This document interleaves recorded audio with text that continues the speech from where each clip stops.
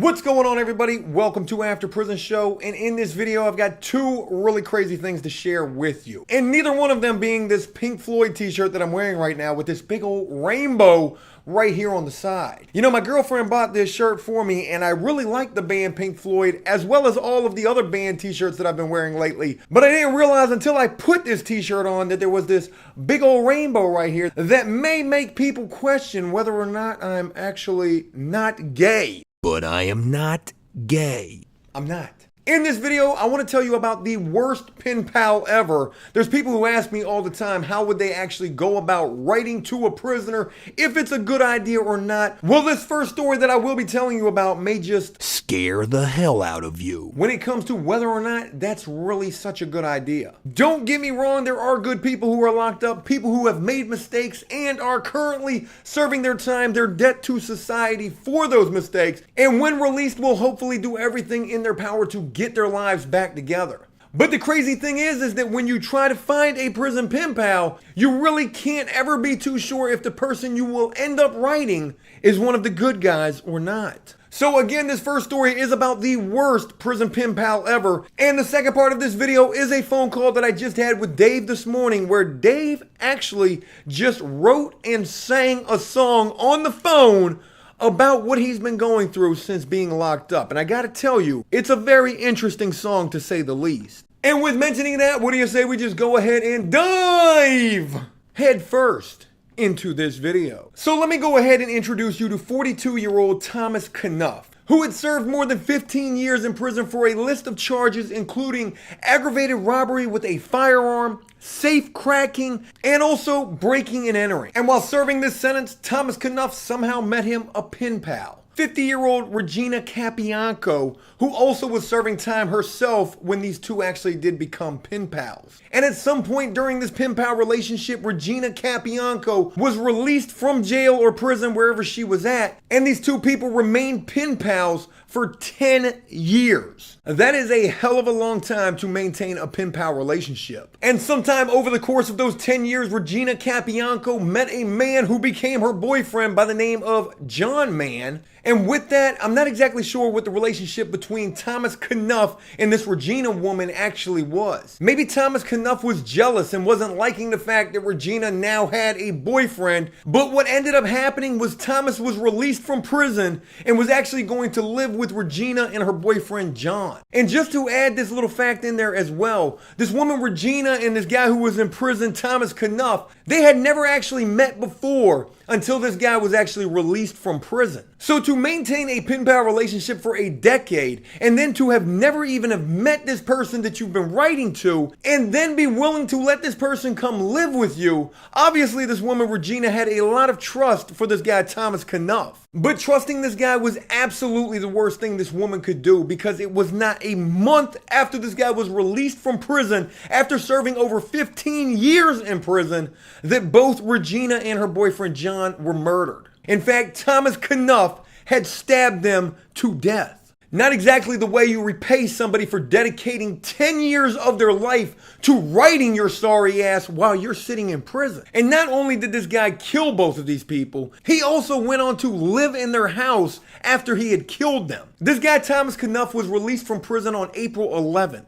And by May 31st, this guy was already locked back up again. And the crazy thing about it is he wasn't even locked up for the murder of these two people yet. No, this guy was actually locked up for breaking into like a hair salon and a nail salon and stealing the cash registers out of those. But yet, while he was sitting in jail facing these burglary charges, the bodies of Regina and John were discovered, and ultimately this guy Thomas Knuff was the #1 suspect in that case. So investigators went and interviewed this guy in the jail, where he basically admitted right there to doing this. And he said that he did it in self-defense. But this story goes on to say that there was no indication of any kind of a struggle whatsoever that would make it seem like this guy was defending his own life. You know, writing to somebody who is locked up is already risky enough. You never really know who that person is. I mean, they may seem like the nicest damn person in the world. They may tell you all of the right things. But the truth of the matter is that most people who are locked up are fucking sociopaths. They can make people believe anything. They can portray any kind of emotion that fits the circumstances. And if writing to somebody is already risky enough, then just imagine how risky it is to actually meet somebody for the first time while they are being released and allowing that person to then come and live with you. And unfortunately, this story is a perfect example of just how bad things can get in a situation like that. And I want to reiterate the fact that not everybody who is locked up is a monster, some horrible piece of shit that doesn't deserve a second chance. But it's just crazy to think that it's not always the easiest thing to do, trying to decipher the good guys from the bad guys who are locked up. With mentioning that story, I want to go ahead and switch gears and play for you guys the phone call that me and Dave just had this morning, where Dave actually wrote a song about what it's been like for him while locked up. And I got to assure you, this is a pretty crazy song. Rainey bought me this t-shirt. She bought me all of these band t-shirts. And I'm wearing this Pink Floyd t-shirt right now, and there's a big old rainbow on this motherfucker. You think that makes me look... You think that makes me look a little weird? I just noticed that as I was looking at the camera. What is it? Is it like beige or gray? Nah, it's like blue or something. It's a Pink Floyd t-shirt, but on the side of it, there's a big damn rainbow. I mean... She's buying you clothes now? I mean, yeah, she's definitely bought me some outfits for sure. But Dave, like, you called me this morning. What the fuck happened? You called me and you said you were getting locked down. So what happened? Man, this fucking crazy motherfucker.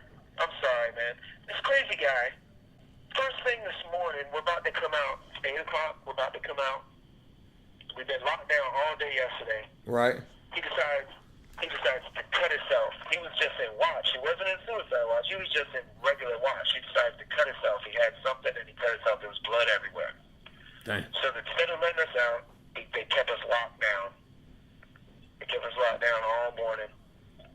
They had to clean the cell and talk to the dude and everything. Well, they finally get him back in the cell, and now he's on suicide watch. Now he's got his little turtle suit on, his little turtle blanket or whatever.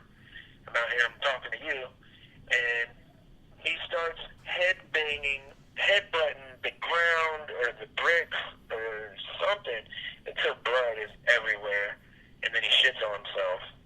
And then they gotta fucking lock us down again to do the same thing all over again. They finally just let me out again. That was like an hour ago. That's crazy, man. Man, and it makes me so mad. I hate being locked down behind somebody else. Like, I didn't do that. Why you got me in the cell locked down? I know. I used to hate that shit myself. I mean, but you know that's how it goes. All it takes is one person to fuck it up for everybody else. Yeah, I remember in Virginia Beach jail one time, dude called the police a bitch and they didn't want to tell that he said it, and they locked the whole thing down for 72 hours, man. 3 days locked down. So what's been going on? You were telling me this morning how you had wrote a song. What's up with this song? All right, so the song, I know a lot of people have probably heard it. It's called Body Like a Back Road. I've never heard it. What is it? You never heard the song Body Like a Back Road? I mean, I actually have. I'm just acting like I haven't because I know there's probably a lot of people who haven't heard it. It's a country song. Yeah, it's a country song, and it says that she's got a body like a back road. What does that even mean? And She's curvy. A lot of bumps and potholes and gravel and shit? No, she's got a body like a back road.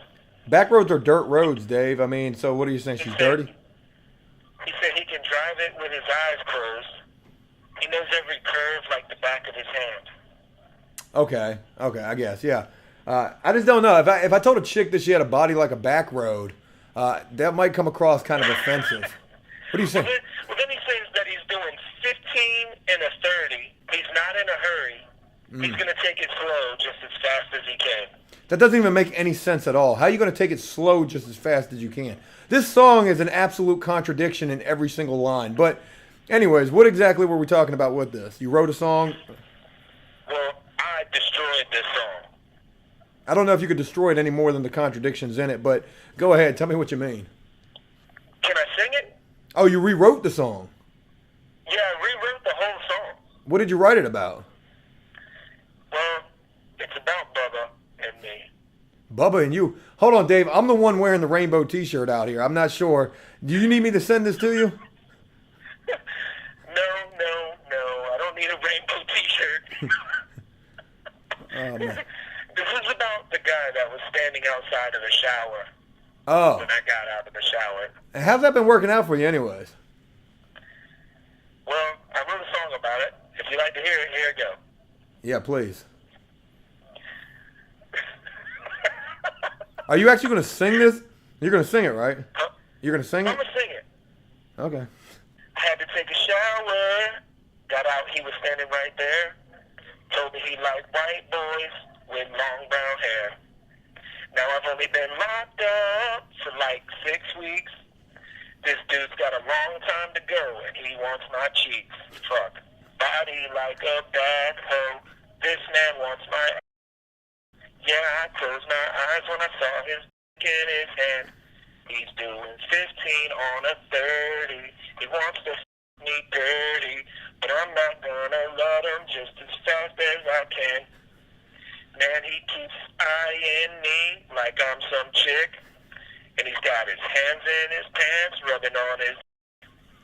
Yeah, I'm so fed up. This shit's gotta stop. I just got a good idea how to clean Bubba's cock. Body like a backhoe. This man wants my... Yeah, I closed my eyes when I saw his in his hand. He's doing 15 on a 30. He wants to me dirty, but I'm not gonna let him just as fast as I can. I had to think of something, because I ain't sucking no.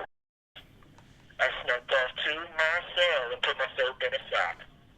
I hit him hard, right over the head. Maybe if he had some tits, he wouldn't be dead. Yay, Dave.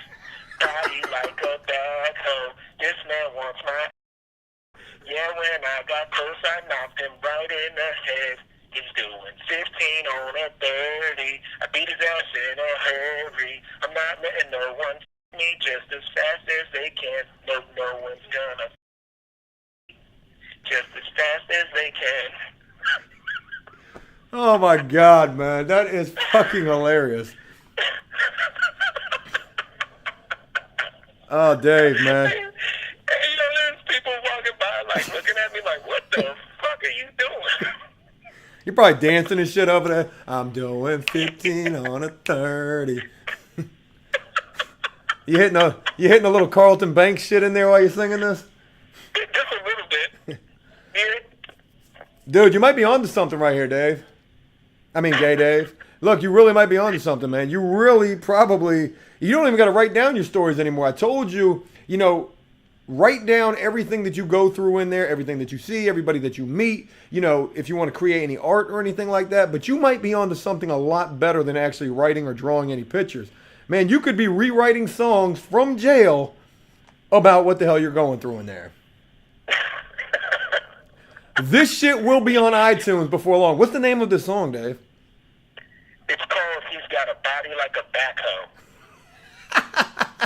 A backhoe? Yeah, like a bulldozer. He's a big motherfucker. You're going to need more than a soap and a sock for this guy, man. Yeah. Oh, my God, man. That is hilarious. Oh, Jesus, man. Yeah. Dude. I was in the fucking cell, right? I was so weak, right? Because the part, I was like, this dude's got a long time to go and he wants my cheeks. Fuck me. Or no. But, like, I did some, like, dumbass shit, or the one where I was like, I'm about to clean Bubba's cock. Yeah. Yeah, I mean, that's great, man. I mean, that's really good stuff right there, man. You're not singing this song in the shower, are you? I mean, that's where I first came up with it. Oh, man, Dave. Actually, this shit came to me like I was a prophet, dude. Yesterday, I heard the song, and it, like, the chorus just stuck in my head. Because I don't normally listen to country music, but I was yesterday. I was locked down all day yesterday. And then, like, I woke up in the middle of the night, and I just started thinking about this shit, and it just started coming out. I wrote this shit in, like, 20 minutes. Dude, it's really good. I mean, it's super gay, but it's really good at the same time, though. I don't know. I don't know which is worse right now. This song that you just sang to us, or this T-shirt that I'm wearing. I'm really having a hard time figuring this one out. But man, damn, man. So, what else has been going on in there with you, man? Man,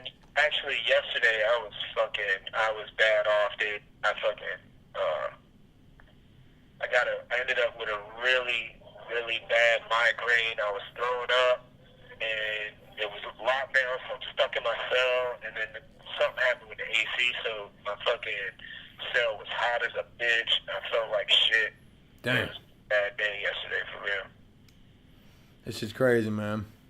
I'm sorry to hear you going through all this shit, for real, man. And I know a lot of people who are watching this are probably feeling the same damn way. We're trying to do everything we can right now to get you this lawyer so that we can get you up out of there, or at least stand a better chance of doing so.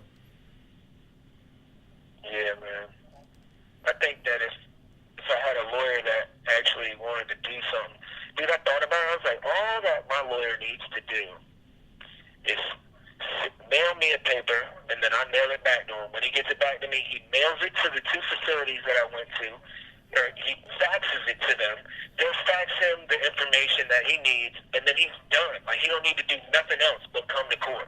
Why don't you send me that information? Why don't you write a release paper saying that you give me permission? I mean, I don't know if that needs to be notarized or something like that, but, you know, I mean, I don't know much about the law, for real. Well, here, this is what you can do, right? It's called ask them what I would need to give them. Explain them the situation. You know what I'm saying? And see what it needs, what I need. All right.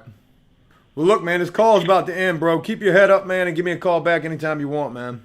All right, bro. I love you, man. I love everybody out there. Y'all be good, man. Y'all be good. Don't forget about me. Definitely, bro. Hit me up, man. All right, man. All right. Peace. Peace.